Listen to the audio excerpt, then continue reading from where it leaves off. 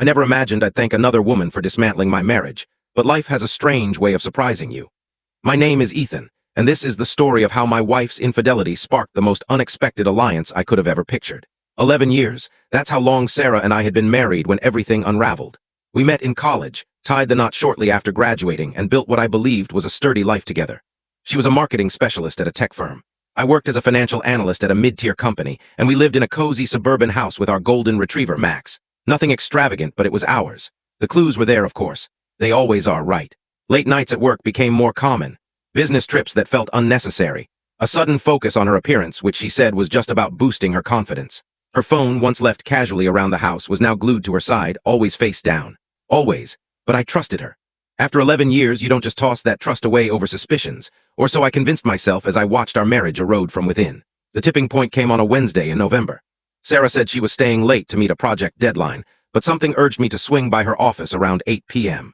The parking lot was deserted except for the security guard's vehicle. Her car was nowhere in sight. It hadn't been there for hours.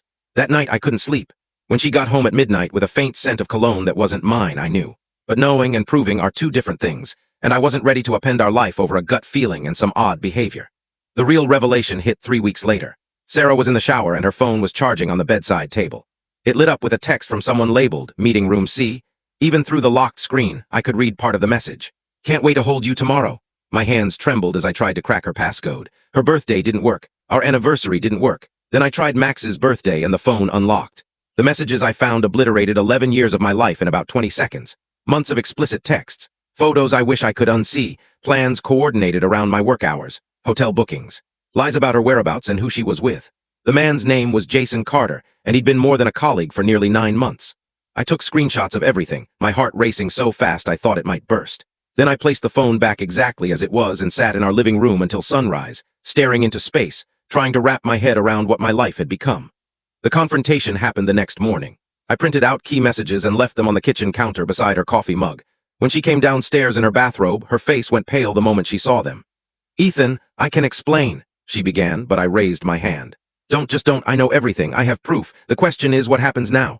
What followed was the most agonizing conversation of my life. She sobbed, she apologized, she pleaded for forgiveness. She claimed it was meaningless, just physical, that she loved me and wanted to fix things. But then she said something that hurt more than any text I'd read. "Jason gets me in ways you don't. He makes me feel alive again." That's when I knew it was over. Not because of the affair, not because of the lies, but because she'd found something with him she decided she couldn't find with me. Maybe she was right. I can't tell you the full story in this short video. If you want to see the full story, the link is given below. Click on it to watch the full story.